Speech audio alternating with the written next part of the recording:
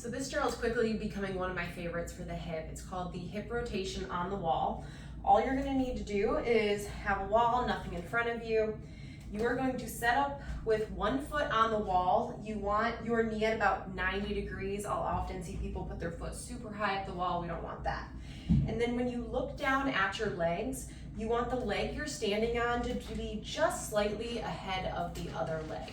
Then from there, what we're gonna do is we are going to bend our knee a little bit and make sure you're staying forward more on the front of the foot, kind of mid to front part of the foot.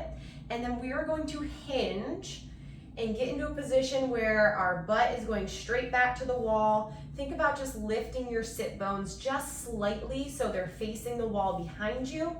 And then from there, all we're gonna do, if you watch this leg here, is we are going to drop this knee down, and then we are going to push through the foot on the ground and lift this knee up.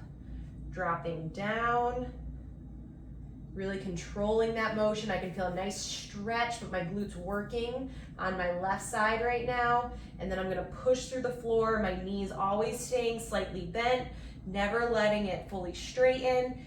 Pushing through the floor, trying to lift this knee up, and I can feel this left glute really kicking on. Right back down, right back up.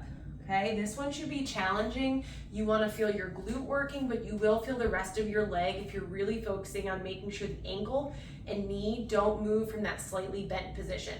So I'm going to show you on the other side now as well, and just show a little modification I like to have people do with their hands and arms, which sometimes helps with the rotation.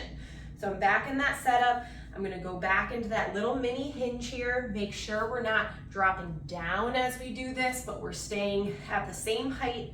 Our hip is staying at the same height as we hinge and is not getting any closer to the ground. And now instead of having your hands on your hips, another option could be if you have your arms down.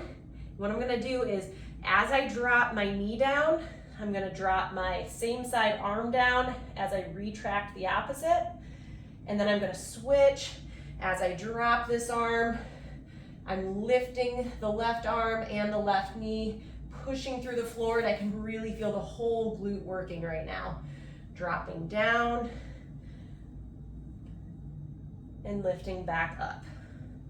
Okay, just make sure knee stays nice and bent the entire time, really pushing through the floor. Think about the foot on the ground is what is producing the motion at the hip. Sometimes I'll see people as they do this, instead of really using the hip that is loaded right now to push through the floor and lift up, I'll see people just kind of using the muscles in their back, in their hip on this side, and just pulling it up from here. We don't want that. We want the leg on the ground, really producing the motion to lift that hip up, and I can really feel a good burn kind of everywhere, especially the glutes. Just to give you a little bit of a side view too, so you can see this, when we're set up, we want to make sure we're more forward on the foot. We don't want to be kind of sunk back to the wall like this. My weight is forward on the foot. I could almost lift up this back leg from the wall. Knee is always staying bent. You can see my ankle is slightly bent too. And as I hinge, I want to get down to about a 90-degree angle between my hip and my trunk. And then from there, I'm letting that opposite knee drop down and then lifting up, dropping down, lifting up. Okay, just to give you that side view, like I said, I'll see a lot of people as they do this, they almost squat as they drop that knee down. We really want to stay in this nice hinge, and it's purely coming from motion of that pelvis rotating over our femur.